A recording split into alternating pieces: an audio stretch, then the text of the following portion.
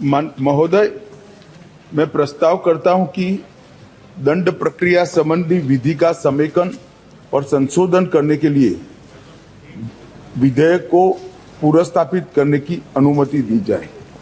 माननीय महोदय, मैं प्रस्ताव करता हूं कि निष्पक्ष विचारणा के लिए साक्ष्य के साधारण नियमों के समेकित करने के और सिद्धांतों का उपबंध करने के लिए विधेयक को पूर्व प्रस्तापित करने का अनुमति दी जाए। 1 मिनट माननीय गृह मंत्री जी।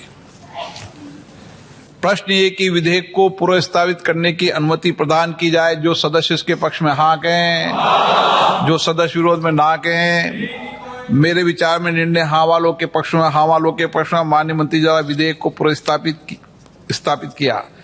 अध्यक्ष महोदय, जिस प्रकार से 12B सारे सांसदों को निलंबन कर रहे हैं, महोदय, इसके कारण मैं प्रस्ताव करता हूं कि अपराधों और शास्तियों से संबंधित उपबंधों का समेकन और संशोधन तथा उससे संबंध या उससे आनुषंगिक विषयों को उत्पन्न करने के लिए विधेयक को पुनर्स्थापित करने की अनुमति दी जाए। प्रश्न है कि विधेयक को पुनर्स्थापित करने की अनुमति प्रदान की जाए। जो सदस्य इसके पक्ष में हाँ कहें, जो सदस्य विरोध ना कहें। मेरे विचार में निर्णय हाँ वालों के पक्ष में, हाँ वालों के पक्ष में। माननीय मंत्री जी विधेयक, माननीय मंत्री जी कुछ कहना चाहते हैं इस पे? हाँ, सभापति महोदय, माननीय अध्यक्ष जी, सबसे पहले तो आज 18 साल की उम्र में देश के लिए बलिदान देने वाले महान क्रांतिकारी खुदीराम बोस की पुण्यतिथि है। मैं पूरे सदन के सामने शीश झुकाकर उनको नमन करना चाहता हूं और उनकी स्मृति से प्रेरित होकर युगों युगों के लिए जो युवा देश के लिए काम करेंगे, वो सब के लिए महान क्रांतिकारी खुदीराम बोस जी का जीवन प्रेरणा के स्रोत हमेशा के लिए रहेगा, इसका मुझे विश्वास है। माननीय अध्यक्ष जी, आज का ऐतिहासिक दिवस है। आज के ही दिन दादरा नगर हवेली का भारतीय संघ में विलय हुआ था और भारतीय संघ एक प्रकार से संपूर्ण राष्ट्र बना था। माननीय अध्यक्ष जी, आज जब मैं ये 3 विधेयक लेकर आया हूं, उस वक्त आजादी के अमृत महोत्सव का समापन हो रहा है और आजादी के अमृत काल की शुरुआत होने का समय है। 15 अगस्त से आजादी का अमृत महोत्सव समाप्त होगा और 16 अगस्त से आजादी की 75 साल से 100 साल की यात्रा की शुरुआत होगी, जो निश्चित रूप से महान भारत की रचना करेगी। प्रधानमंत्री नरेंद्र मोदी जी ने इस देश के सामने गत 15 अगस्त को लाल किले की प्राचीर से अपना उद्बोधन देते हुए 5 प्रणों को देश की जनता के सामने रखा था। माननीय अध्यक्ष जी, ये 5 प्रण में से एक प्रण था कि हम गुलामी की सभी निशानियों को हम समाप्त कर देंगे, हमारे मन से वो बोझ को दूर करेंगे। माननीय अध्यक्ष जी, आज मैं जो 3 विधेयक एक साथ लेकर आया हूं, वो तीनों विधेयक एक प्रकार से मोदी जी ने जो 5 प्रण लिए हैं, उसमें से एक प्रण की अनुपालना करने वाले हैं। माननीय अध्यक्ष, ये तीनों विधेयक दंड विधान प्रक्रिया, क्रिमिनल जस्टिस सिस्टम को बेसिक कानून, इसके लिए मूलभूत कानून ये 3 विधेयकों के अंदर है। एक है इंडियन पिनल कोड जो 1860 में बनाया गया, दूसरा है क्रिमिनल प्रोसीजर कोड जो 1898 में बनाया गया और तीसरा है इंडियन एविडेंस एक्ट जो 1872 में बनाया गया। 1860, 1898 और 1872 में अंग्रेजों द्वारा बनाए गए, अंग्रेजों की संसद के द्वारा पारित किए गए ये तीनों कानूनों को समाप्त कर कर आज हम तीनों नए कानून पुरस्कृत करने के लिए मैं आया हूं। माननीय अध्यक्ष जी, इंडियन पिनल कोड 1860 की जगह भारतीय न्याय संहिता 2023 अब एस्टैब्लिश होगी। क्रिमिनल प्रोसीजर कोड 1898 की जगह भारतीय नागरिक सुरक्षा संहिता प्रस्तावित होगी और इंडियन एविडेंस एक्ट 1872 की जगह भारतीय साक्ष्य अधिनियम 2023 प्रस्तावित होगा। यह कानूनों की जो कानून रिपील होंगे इस तीनों विधेयक से, वो कानूनों की आत्मा जो है, वो कानूनों का मध्य बिंदु है कानून बनाने का, वो अंग्रेज शासन को मजबूत करने की दृष्टि से कानून बनाए गए थे। अंग्रेज शासन की रक्षा करने के लिए कानून बनाए गए थे और उसका उद्देश्य दंड देने का था, न्याय देने का नहीं था। ये दोनों मूलभूत चीजों पर हम परिवर्तन करने जा रहे हैं। ये तीनों कानूनों को रिप्लेस कर कर इनकी जगह जो 3 नए कानून बनेंगे उनकी आत्मा होगी भारत के नागरिकों को संविधान प्रदत्त सारे अधिकार जो मिले हैं इसकी सुरक्षा। ये कानूनों का उद्देश्य किसी को दंड देना नहीं होगा, इन कानूनों का उद्देश्य सबको न्याय देना होगा और न्याय देने की प्रक्रिया में, न्याय देने की प्रक्रिया में दंड वही होगा जहां अपराध रोकने का बोध खड़ा करने की जरूरत है। अपराध रोकने के लिए एक प्रकार की भावना खड़ी करने की जरूरत है, वही होगा। और मैं ये तीनों कानूनों को आगे मैं बताता हूं, बड़े ध्यान से इस प्रक्रिया में मैं इन्वॉल्व रहा हूं। अध्यक्ष जी, मैं सदन को आश्वस्त कर सकता हूं कि 1860 से लेकर 2023 पर 23 तक अंग्रेजों ने बनाए, अंग्रेज पार्लियामेंट ने बनाए हुए कानून के आधार पर इस देश की क्रिमिनल जस्टिस सिस्टम चलती रही। इसकी जगह भारतीय आत्मा के साथ ये 3 कानून अब प्रस्तावित होंगे और हमारी क्रिमिनल जस्टिस सिस्टम के अंदर बहुत बड़ा परिवर्तन आएगा। माननीय अध्यक्ष जी, मैं बिल स्टैंडिंग कमेटी को भेजने वाला हूं, इसलिए बहुत लंबा नहीं बोलूंगा, मरुतु इतना जरूर कहना चाहता हूं कि जिन्होंने भी ये कानूनों को पढ़ा होगा, इसकी प्रायोरिटी क्या थी? मानवी की हत्या से या महिला के साथ दुराचार से बड़ा कोई कानून अपराध नहीं हो सकता, तो इसको 302 नंबर पर स्थान दिया गया। इसके पहले क्या था? राजद्रोह था। इसके पहले क्या था? खजाने की लूट थी। इसके पहले क्या था? शासन के अधिकारी पर हमला था। ये जो अप्रोच है, ये अप्रोच को हम बदल रहे हैं। सबसे पहला चैप्टर इसमें आएगा महिलाओं और बालकों के साथ अपराध। दूसरा चैप्टर आएगा मानव वध और मानव शरीर के साथ जो अपराध होते हैं उसका आएगा। तो हमने शासन की जगह नागरिक को केंद्र में लाने का एक बहुत बड़ा सैद्धांतिक निर्णय कर हम ये कानून लेकर आए हैं। मान्यवर, इस कानून को बनाने के लिए बहुत लंबी प्रक्रिया हमने की है। मोदी जी ने 2019 में ही हम सबका मार्गदर्शन किया था कि अंग्रेजों ने बनाए हुए जितने भी कानून जिस विभाग में है, सभी कानून पर पर्याप्त चर्चा विचारणा और सोच विचार कर इसको आज के समय के अनुरूप और भारतीय समाज के हित में बनाना चाहिए। वहीं से ये प्रक्रिया माननीय अध्यक्ष जी चालू हुई। ढेर सारी कंसल्टेशन की प्रक्रिया इसके लिए हुई है। मान्यवर, मैं आपको बताना चाहता हूं, हर जगह पे व्यापक कंसल्टेशन किया गया है। मैंने अगस्त 2019 में ही देश के सारे हाईकोर्ट चीफ जस्टिस को पत्र लिखा था, सर्वोच्च अदालत के सारे न्यायाधीशों को लिखा था, देश की सारी लॉ यूनिवर्सिटी को पत्र लिखा था।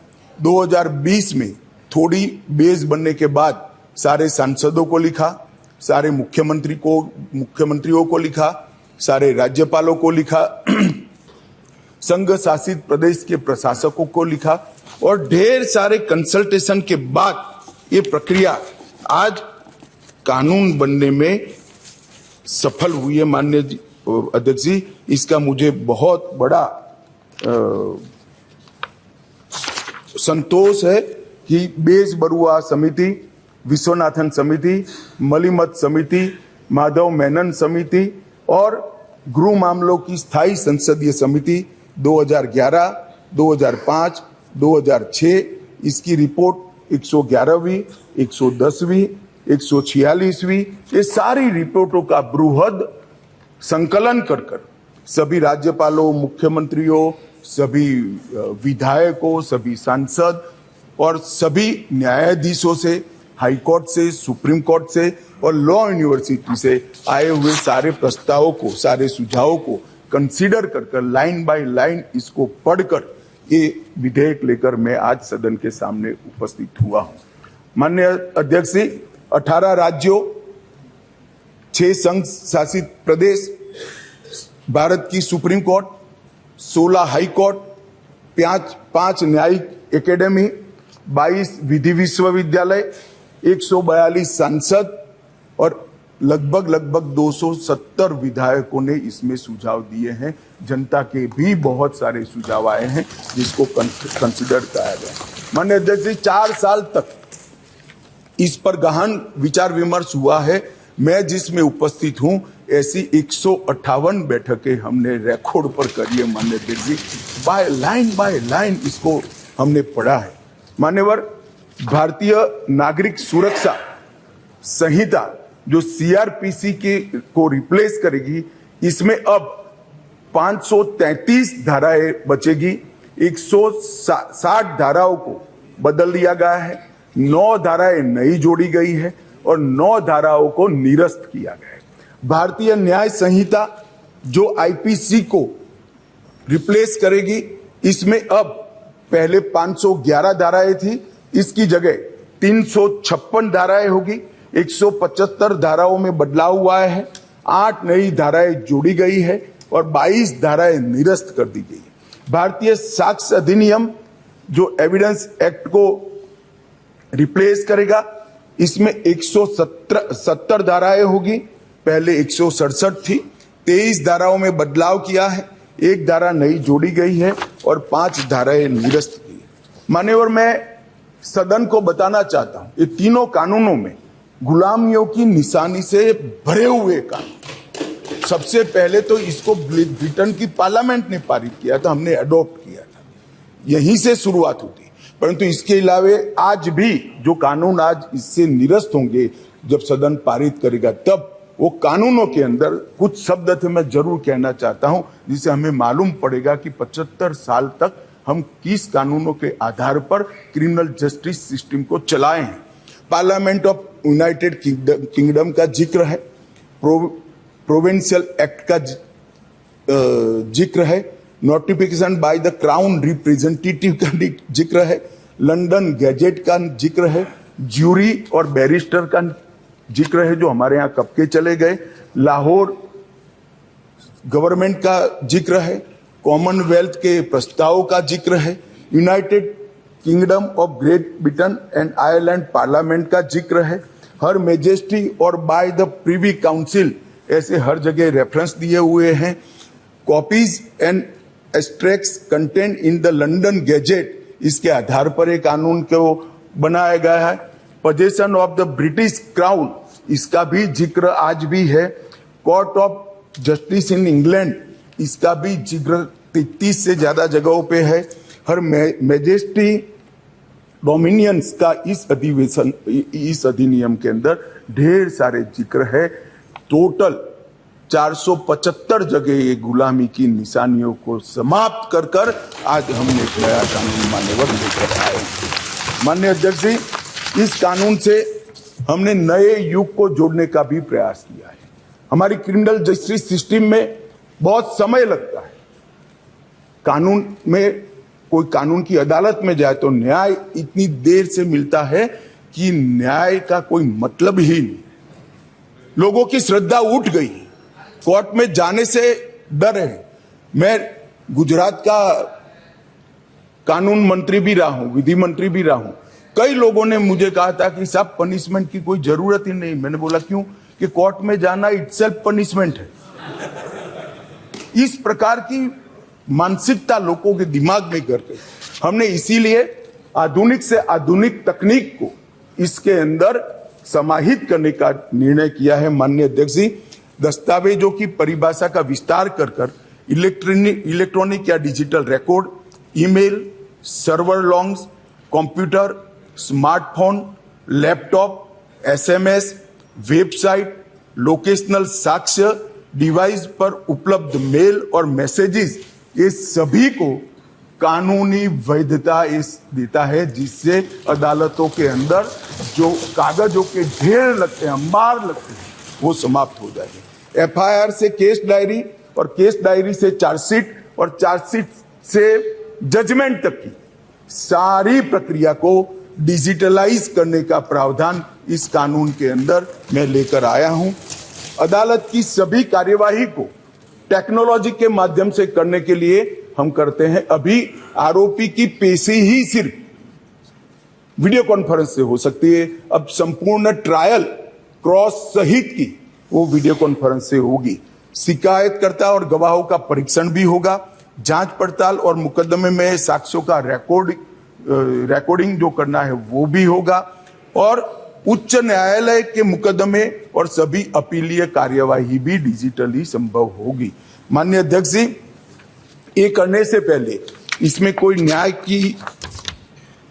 न्याय के बारे में कोई गोता ही न हो जाए, इसलिए हमने नेशनल फॉरेंसिक साइंस यूनिवर्सिटी और देश भर के सारे विद्वानों को, इस विषय के विद्वानों के साथ बैठकर इसकी चर्चा कर टेक्नोलॉजी के एक्सपर्ट के साथ बैठकर उसको बनाया गया है। सर्च और जब्ती के वक्त मान्यवर हमने कई सारे ऐसे प्रावधान किए हैं जिससे निर्दोष नागरिक को फंसाया न जा सके। सर्च और जब्ती के वक्त ढेर सारी ऐसी फरियादें, मेरे यहाँ रख दिया गया, मेरे यहाँ था नहीं, पुलिस लेकर आई, रख दिया। अब हमने सर्च और जब्ती में वीडियोग्राफी को कंपलसरी करा है, जो अब वीडियोग्राफी केस का हिस्सा होगी।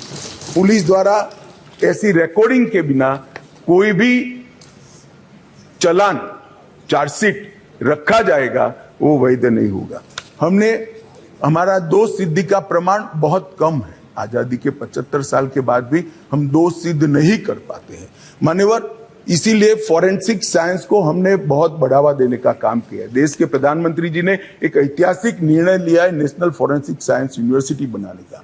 मैं इस सदन के माध्यम से पूरे देश को आश्वस्त करना चाहता हूं कि 3 साल के बाद हर साल 33,000 फॉरेंसिक साइंस के एक्सपर्ट और साइंटिस्ट होने लगे। ये इसलिए किया गया कि ये कानून हम लेकर आने वाले थे मान्यवर। एक कानून में हमने लक्ष्य रखा है कि दोष सिद्धि के प्रमाण को, कन्विक्शन रेशियो को 90% से ऊपर लेकर जाना है, ये हमारा लक्ष्य है। इसलिए हमने एक महत्वपूर्ण प्रावधान किया है कि 7 वर्ष या उससे ऊपर की सजा जिस धाराओं में है, वो सभी क्राइम सीन पर फॉरेंसिक टीम की विजिट को हम कंपलसरी कर रहे हैं। और मान्यवर, इसके माध्यम से एक वैज्ञानिक साक्ष्य, एक साइंटिफिक एविडेंस पुलिस के पास होगा, जिसमें कोर्ट में दोषियों को बरी होने की संभावना बहुत कम हो जाएगी। माननीय, ये दोनों चीजें हैं। इसमें एक ऐसा सवाल कुछ एक्सपर्ट्स ने बताया था कि इसके लिए शायद देश अभी तैयार नहीं है। ये कानून में हमने ये भी प्रोविजन रखा है कि इलेक्ट्रॉनिक तरीके से केस चलाने के लिए कोर्ट, जिला, राज्य, ये सभी प्रकार के नोटिफिकेशन निकलने के बाद ही वो अप्लाई होगा। मानो एक कोर्ट किसी राज्य ने तैयार कर दी तो वो कोर्ट नोटिफाइड कर सकते हैं। एक जिला जब हो जाएगा तो वो जिला नोटिफाइड कर सकते हैं। एक क्षेत्र हो जाएगा तो क्षेत्र। अंततोगत्वा 27 के पहले पूरे देश की सभी कोर्टों को हम कंप्यूटराइज करके देंगे। इसी प्रकार से मोबाइल फोरेंसिक वाहन का भी हमने एडवांस में अनुभव कर लिया है मान्यवर। आज मैं आपको बता सकता हूं कि दिल्ली के अंदर 7 साल से ऊपर की किसी भी गुना होता है सजा का जिसमें प्रावधान हो, ऐसा कोई भी गुना होता है तो एफएसएल की टीम इसको विजिट करती है। ये सफल प्रयोग हमने दिल्ली के अंदर कर दिया है। बेंगलुरु में अब सरकार बदल गई, भगवान जाने क्या होगा, मगर हमारी सरकार थी तब बेंगलुरु में भी इस प्रयोग की शुरुआत की थी। इसके लिए हमने मोबाइल एफएसएल के कंसेप्ट को लॉन्च किया है और सफल कंसेप्ट है मान्यवर।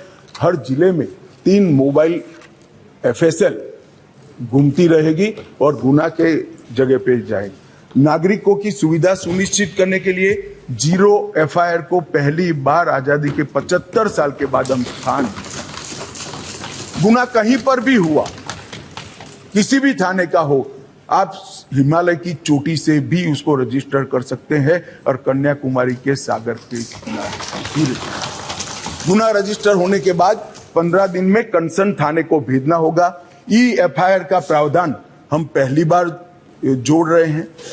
हर जिले में और हर थाने में एक ऐसा पुलिस अधिकारी नामित किया जाएगा जिसके परिवारजनों में गिरफ्तारी हुई है, इसको अधिकृत सर्टिफिकेट देना पड़ेगा कि आपके परिजन हमारी कस्टडी में है और इसके लिए अब हम रिस्पॉन्सिबल। कई बार पकड़कर पुलिस 4 दिन तक कोई जवाब नहीं देती है मान्यवर, और वहां पर उनको कोर्ट में जाना है और इसकी जगह अब वो ऑनलाइन भी सूचना देनी पड़ेगी और व्यक्तिगत सूचना भी देनी पड़ेगी। यौन हिंसा के मामले में पीड़िता का बयान कंपलसरी कर दिया गया है और यौन उत्पीड़न के मामले में बयान का वीडियो रिकॉर्डिंग भी अब कंपलसरी कर दिया है। मान्यवर, पुलिस को 90 दिन में जिसने फरियाद की है इसका स्टेटस देना हमने कंपलसरी कर दिया है। 90 दिन में उसका स्टेटस देना पड़ेगा और हर 15 दिन में फरियादी को अपना स्टेटस भेजना पड़ेगा। 7 वर्ष या उससे अधिक के कारावास का केस अगर विड्रॉ करना है तो पीड़ित को सुने बगैर कोई भी सरकार इसको विड्रॉ नहीं कर पाएगी। ये भी इससे नागरिकों के अधिकारों की रक्षा होगी और इसके अंदर पहली बार हम कम्युनिटी सर्विस को सजा के बारे में भी इंट्रोड्यूस कर रहे हैं मान्यवर। ये प्रैक्टिस में कई जगह पे है परंतु इसका इंट्रोडक्शन एक्ट से, कानून से अब होगा मान्यवर। सालों तक केस चलते नहीं है, इसके लिए भी हमने बहुत सारे प्रावधान करे हैं। छोटे मोटे मामलों में समरी ट्रायल का दायरा बढ़ा दिया है। समरी ट्रायल को 20,000 तक की गुनाहों में ले लिया गया है और 3 साल तक की जिसमें सजा है वो सारे समरी ट्रायल से हो जाएंगे। इस एक ही प्रावधान से 40% केसों कई सेशन कोर्ट से बाहर होकर नीचे ही समरी ट्रायल से समाप्त हो गए। मान्यवर, आरोप पत्र दायर करने के लिए पुलिस अधिकारी आगे की जांच चालू है, आगे की जांच चालू है, आगे की जांच 6-6 साल अब नहीं कर पाएंगे। हमने तय कर दिया है कि 90 दिन में आरोप पत्र दायर करना ही पड़ेगा और कोर्ट भी उनको और 90 दिन की परिस्थिति देखकर परमिशन दे सकती है। 180 दिन में आपको जांच समाप्त कर ट्रायल के लिए भेज देना पड़ेगा। इससे बहुत बड़ा फर्क होगा। वारंट के मामले में भी हमने काफी सारे बदलाव किए हैं। आरोपी व्यक्ति को आरोप तय करने की नोटिस 60 ही दिन में देने के लिए अब कोर्टें बाध्य हो जाएगी। कोर्ट ने चार्ज फ्रेमिंग 60 दिन से ज्यादा लंबा नहीं कर सकती। बहस पूरी होने के बाद 30 दिन में मान्यवर न्यायाधीश ने अपना फैसला देना पड़ेगा। 3-3 साल तक फैसला पेंडिंग नहीं रखा।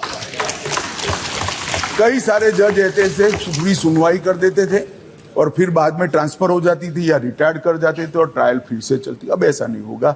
30 दिन के अंदर ही फैसला देना पड़ेगा। इसको भी हमने, और फैसले को 7 दिन के अंदर ऑनलाइन उपलब्ध कराना पड़ेगा जिससे इस पर अपील की कार्यवाही मान्यवर हो जाए।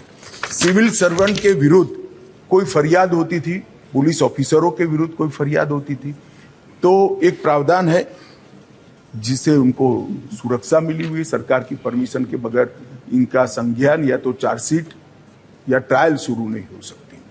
मान्यवर, सालों तक कोई परमिशन आती ही नहीं थी और उसके कारण सिविल सर्वेंट के साथ साथ बाकी लोग भी डिले ट्रायल को एंजॉय करते थे। हमने तय कर दिया है कि 120 दिन में सरकार हाँ या ना कह दे, वरना डीम्ड परमिशन माना जाएगा और ट्रायल को फिक्स करना। मान्यवर, एक बहुत बड़ा दिक्कत मैंने देखा है कि एसपी के नाते किसी ने एक केस जांच किया है तो डीजीपी या तो रिटायर्ड होने के बाद वो केस चलने पर आता है और उनको गवाही देने जाना है। हमने ये प्रक्रिया के अंदर आमूल चूर परिवर्तन किया है कि जो एसपी अभी नौकरी कर रहा है वो ही फाइल देखकर गवाही देगा, जो पहले था उसको आने की जरूरत नहीं।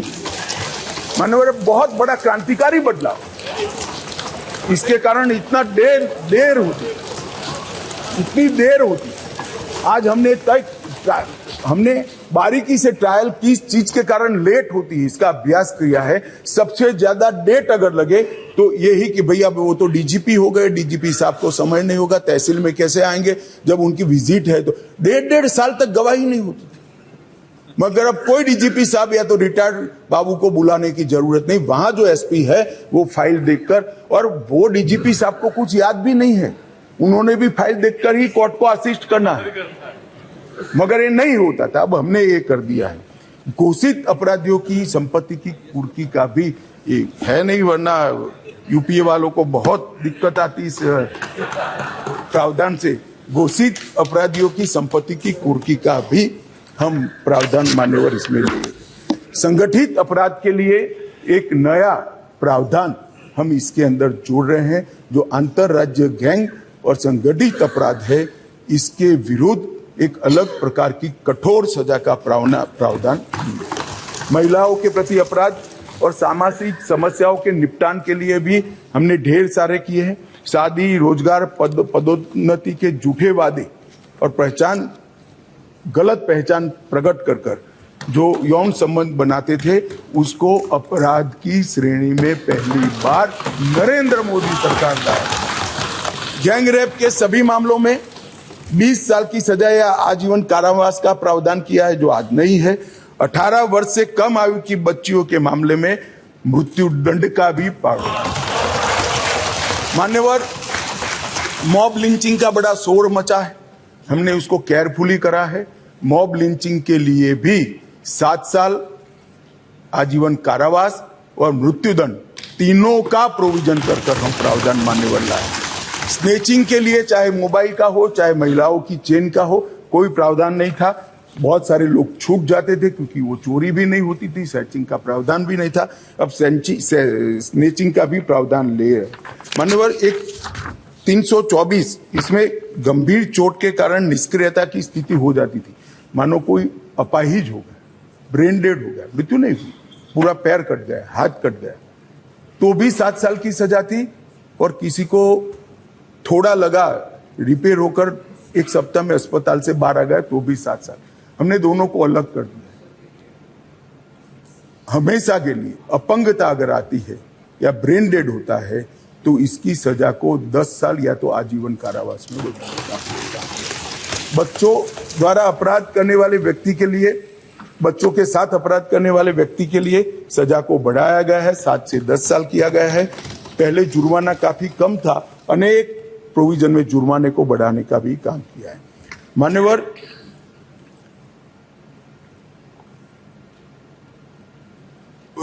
अपराधियों के विरुद्ध जो भाग जाते थे, इसके लिए भी 10 साल की सजा का लाया है, प्रावधान लेकर आया है। सजा माफी को पॉलिटिकल यूज करने वाले बहुत किस्से आते थे। अब हमने कह दिया है कि अगर किसी को सजा माफ करनी है तो मृत्यु की सजा को आजीवन कारावास में बदल सकते हैं। आजीवन कारावास की सजा को 7 साल तक ही माफ कर सकते हैं। 7 साल के कारावास को 3 साल तक ही माफ कर सकते हैं। किसी भी गुनहगार को, अभी बिहार में कुछ मामले आए हैं सामने, इसी प्रकार से राजनीतिक रसूख वाले लोगों को छोड़ा नहीं जाएगा, उनको भी सजा भुगतनी, इसका भी प्रावधान मान्यवर हम लेकर आए हैं। मान्यवर, राजद्रोह पर ये अंग्रेजों ने अपने शासन को बचाने के लिए एक कानून बना था। मैं इस सदन को कहना चाहता हूं, एक ऐतिहासिक निर्णय इस सरकार ने किया है। राजद्रोह को कंप्लीटली हम रिपील कर रहे हैं, कंप्लीटली। यहाँ लोकतंत्र है, सबको बोलने का अधिकार है। राजद्रोह को हम कंप्लीटली रिपील करें मान्यवर। और इस कानून में इसके साथ साथ अलगाव, सशस्त्र विद्रोह, विध्वंसक गतिविधियां, अलगाववाद, भारत की संप्रभुता, एकता को, अखंडता को चैलेंज करना, ये सब को कानून के अंदर किसी न किसी दाएं बाएं तोड़ मरोड़ कर जोड़ते थे। इसका कोई स्पेशल प्रोविजन नहीं था, टेररिज्म की व्याख्या ही नहीं थी। पहली बार अब इसकी व्याख्या हो रही है और जुड़ी संपत्ति को कुर्क करने का अधिकार है। मान्यवर, जांच करने वाले पुलिस अधिकारी के संज्ञान पर कोर्ट इस पर ऑर्डर करेगा। कुर्की का ऑर्डर पुलिस अधिकारी नहीं कर पाएंगे, निर्णय नहीं कर पाएंगे, कोर्ट में सुनवाई के बाद होगा। मान्यवर, एक बहुत बड़ा ऐतिहासिक फैसला हमने किया है, अनुपस्थिति में ट्रायल। कई सारे केसों में दाऊद इब्राहिम वांटेड है, चले गए, देश छोड़कर भाग गए, आज उन पर ट्रायल नहीं होती।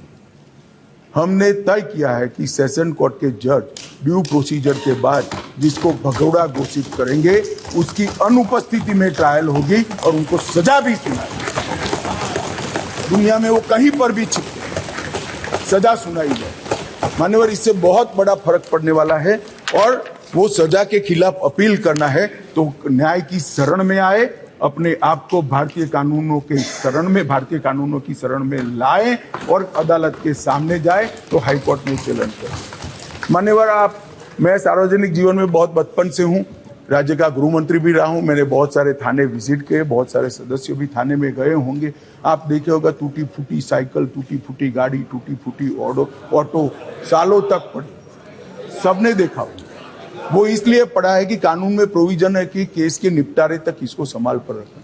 हमने प्रोविजन कर दिया है इसकी वीडियोग्राफी करना, वीडियोग्राफी की सर्टिफाइड कॉपी कोर्ट में जमा कराना और फिर इसका निपटारा आप कर सकते हो। इससे कम से कम पुलिस स्टेशन की स्वच्छता बढ़ाना। मान्यवर, इस प्रकार के, मैंने तो अभी थोड़ा बताया, इस प्रकार के ढेर सारे बदलाव इस कानून के अंदर हम लेकर आए हैं। टोटल 313 बदलाव है मान्यवर। और मैं इतना कह सकता हूं कि हमारी न्यायिक दंड प्रक्रिया, क्रिमिनल जस्टिस सिस्टम के अंदर आमूलचूल परिवर्तन होगा और सबको ज्यादा से ज्यादा 3 साल के अंदर न्याय होगा। मान्यवर, इसमें पुलिस अधिकारियों को भी जवाबदेह किया है, वकीलों को भी जवाबदेह किया है और न्याय करने वाले के लिए भी मर्यादाएं रखी है। इसमें महिलाओं का और बच्चों का विशेष ध्यान दिया गया है। अपराधियों को सजा हो इसकी चिंता की गई है और पुलिस अपने अधिकारों का दुरुपयोग न कर पाए, ऐसा भी है। इसके अंदर राजद्रोह जैसे कानूनों को एक और हम निरस्त कर रहे हैं तो दूसरी ओर धोखा देकर महिला का शोषण करने वाले और मॉब लिंचिंग जैसे जघन्य अपराध करने वालों को दंडित करने का भी इरादा है। एक और हमने राजद्रोह को रिपील किया है, दूसरी ओर संगठित अपराध और टेररिज्म पर नकेल कसने का काम भी हमने किया है। मान्यवर, मैं मानता हूं कि तीनों संहिता अपने आप में संपूर्ण है, परिपूर्ण है, परंतु 1807, 1828, 88 और 1878 से कानून प्रचलन में कोई भी व्यक्ति, कोई भी डिपार्टमेंट या कोई भी व्यक्तियों का समूह इसको कंप्लीट नहीं कर सकता। इसलिए मैंने निर्णय किया है मान्यवर कि इस कानून को मैं स्टैंडिंग कमेटी को, गृह विभाग की स्टैंडिंग कमेटी को देना चाहता हूं, जिससे पक्ष विपक्ष सभी संसद सभ्य इस पर अपना, काफी संसद सभ्यों ने दिया है, परंतु इस पर काफी अच्छी सोच विचार हो। इस पर बार काउंसिल भी चर्चा करे, बार एसोसिएशन भी चर्चा करे, कुछ रिटायर्ड न्यायिक अधिकारी भी चिंता करें और हम लॉ कमीशन को भी भेजेंगे, लॉ कमीशन भी अपनी टिप्पणियां दे। तो कुल मिलाकर ये सब आने के बाद ये विधेयक को उचित परिवर्तन करने के बाद मैं फिर से इस सदन के लिए आऊंगा। मैं आपको अनुरोध करता हूं माननीय स्पीकर महोदय कि मैं विधेयक को पुनर्स्थापित करता हूं और माननीय स्पीकर महोदय मैं ये भी अनुरोध करता हूं कि विधेयक को जांच हेतु विभाग संबंधी गृह कार्य संबंधी संसदीय स्थायी समिति को। एक मिनट, प्रश्न ये कि विधेयक को पुनर्स्थापित करने की अनुमति प्रदान की जाए। जो सदस्य इसके पक्ष में हाँ कहें, जो सदस्य विरोध में ना कहें। मेरे विचार में निर्णय हाँ वालों के पक्ष में, हाँ वालों के पक्ष में माननीय मंत्री विधेयक को पुनर्स्थापित करें। माननीय मंत्री जी। मान्यवर, मैं इस विधेयक को, तीनों विधेयकों को गृह विभाग की गृह विभाग के कार्य संबंधी माननीय स्पीकर महोदय, मैं विधेयक को पुनर्स्थापित करता हूं और आपसे निवेदन करता हूं कि ये तीनों विधेयकों को गृह कार्य संबंधित, गृह विभाग के कार्य संबंधित संसदीय स्थायी समिति को भेज दिया जाए। मान्यवर सिमरत, मैं कुछ पूछना चाहती हूँ। अब इसमें एक मिनट पूछ ले वो। गृह मंत्री जी को बधाई देती हूँ, बहुत ही बड़ा परिवर्तन। सर, सिर्फ एक चीज आपसे मैं पूछना चाहूंगी कि जो लोग जेल की सजा काट के अभी भी जेल में 30-30 साल से, कुछ उनके लिए भी इसमें है कि नहीं, एक ये पूछना। सर, दूसरा सवाल ये कि प्रैक्टिकली जो जमीन में होता है सब घर घर तक नशे पहुंच रहे हैं, जो घर वाले किसी को बताते भी हैं तो उनके बारे कोई उनका एक्शन नहीं लिया जाता, तो कोई प्रावधान इसके लिए भी कुछ होगा? एक मिनट गृह मंत्री जी, गृह मंत्री जी, गृह मंत्री जी, माफी का सवाल है। माफी अपराध क्या है, इसके आधार पर करने का संपूर्ण वैधानिक प्रावधान। बी मेहताब जी, सजा पूरी कर ली है, इसको छोड़ने के लिए सजा पूरी नहीं होती है, जन्मटिप होती है, अंतिम सांस तक होती है। इसको 14 साल में करने का जेल के अधिकारी के पास अधिकार होता है। वो अधिकार के उपयोग के लिए भी गुना को देखकर वैधानिक अधिकार उसको दिए गए।